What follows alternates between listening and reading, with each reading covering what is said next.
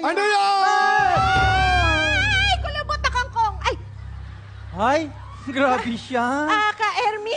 Pasensya Kung na. hindi lubak-lubak, kulubot. Sorry po. Sana hindi na kita binigyan ng kapangyarihan. Babaeng mali-mali. Pasensya na po. Ano bang nakakagulat sa sinasa? Lumitaw ako dito. At ano yung nakabalot na yan? Naku ka, Ermi, kung uulit tayo from the top, sayang oras. Oo nga. Mabuti pa, buksan na lang natin. Pakita natin sa Tara. kanya. Bilang tayo. 1, 2, 3. Ay, May... kilala ko yan eh. Koko! Koko! Anong kuko? Patay na koko. Ka-Ermi. Kokoro koko! Palo! Ano ba ka, Ermi? Si Paloma! Si Paloma ang babaeng yan. Sadali! Ka-Ermi, kilala niyo yung babae na nasa larawan? Kilala. Dahil ako ang puminta ng larawan na yan. Ha?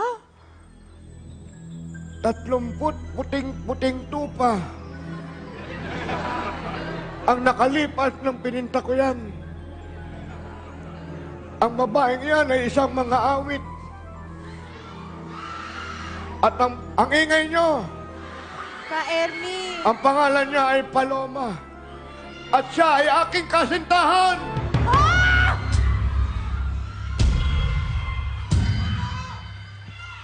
We. Talaga? Marahil nagugulat kayo sa sinabi ko. Pero gwapo ako nung bata ako. Oh. Talagang kasintahan ko siya. Paloma! Paloma!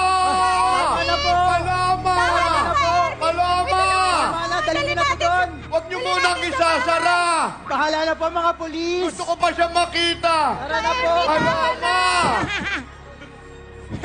Ay ko, yung bago!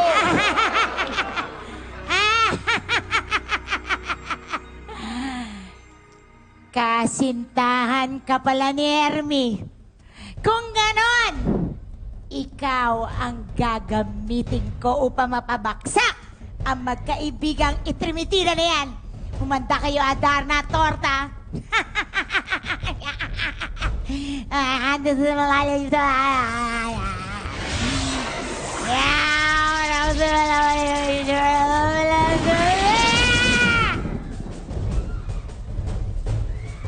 Gising ka, Paloma!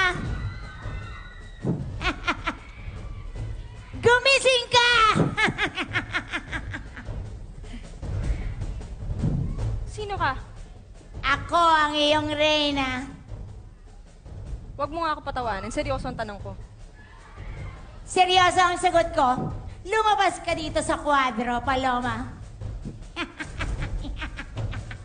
Ikaw, Paloma. Ikaw ang magiging bago kong alagad. Bibigyan kita ng kapangyarihan.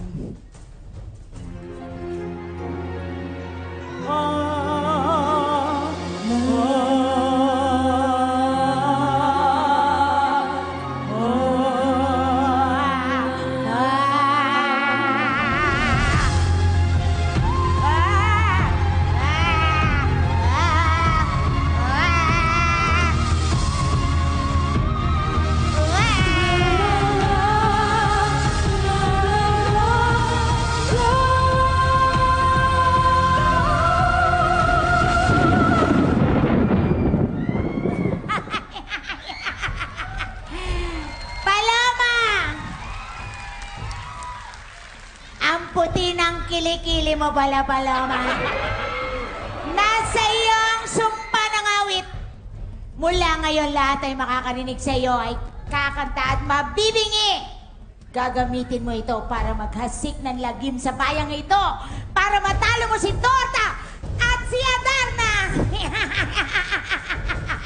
Masusunod, aking reyna. Padating na ang taong bayan. Dispatchahin mo sila. Lalagay ko yung beats ko. Ayun si Bonita! Takbin siya! Takbin!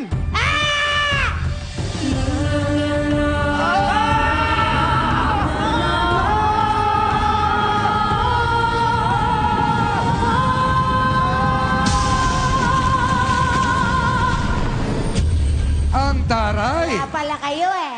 Ang bagsik ng talent ni Paloma. Talo pa ang Songbird. Ang nakapagtataka, paano siyang naging jowa ni Ka Ermi? Abangan ang mga susunod na eksena sa susunod na linggo dito lang sa Madrama Rama Presents Adarna!